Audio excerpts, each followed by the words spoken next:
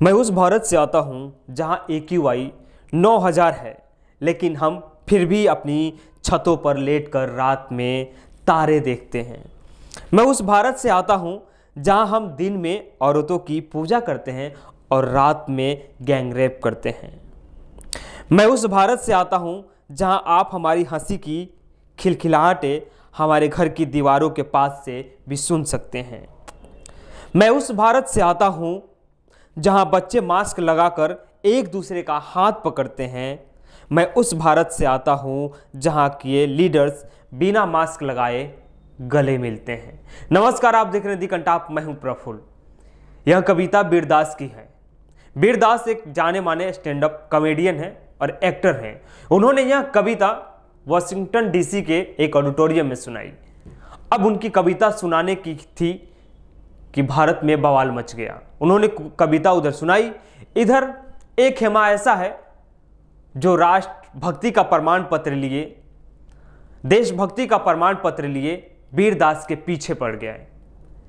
एक खेमा ऐसा भी है जो भले ही गंगा जमुनी तहजीब को रोज चोटिल किया जाता हो, भले ही हमारे भारत माँ की धरती को या भले ही हमारे भारत माँ के आंचल को हर रोज लहूलुहान किया जाता हो, लेकिन हम भारतीय संस्कृति की दुहाई देने में पीछे नहीं हटते हैं और भारत की या भारत माता की रक्षा करने में हम पीछे नहीं हटते हैं।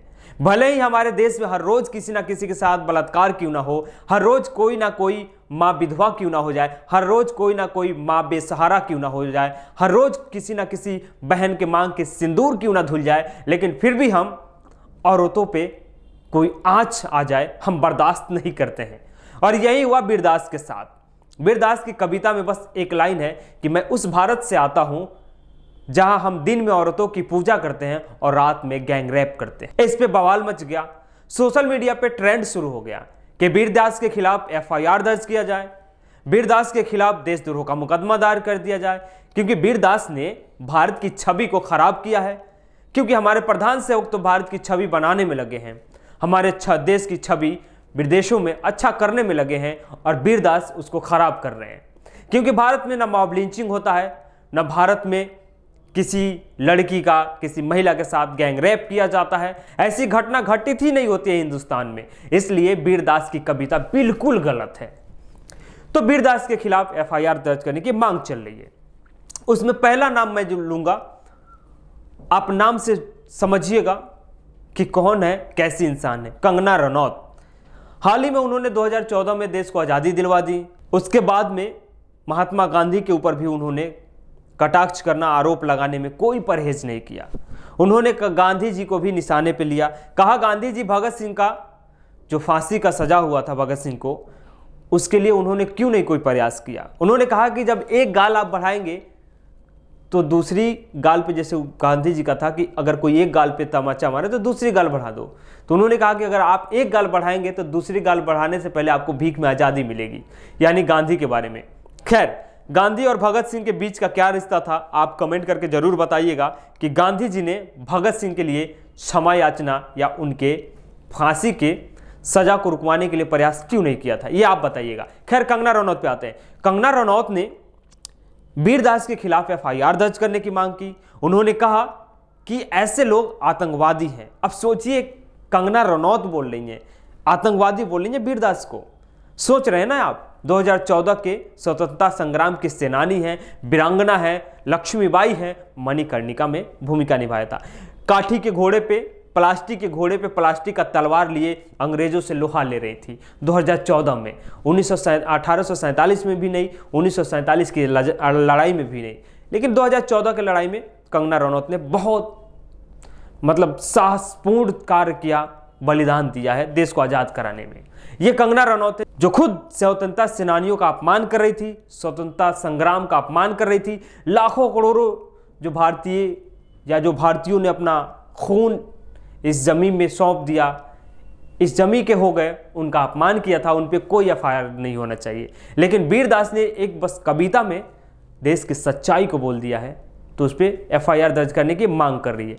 वहीं कुछ लोग बीरदास के समर्थन में भी है। समर्थन में कौन कौन लोग हैं, ये ट्वीट के माध्यम से मैं पढ़ के बताता हूं उन्होंने क्या लिखा है। विनोद कापरी ने लिखा है कि जिंदाबाद, यानी वीरदास अच्छा काम किए हैं। आरजे साइमा रेडियो जॉकी हैं, उन्होंने लिखा you are a star Vir Das the pride of India.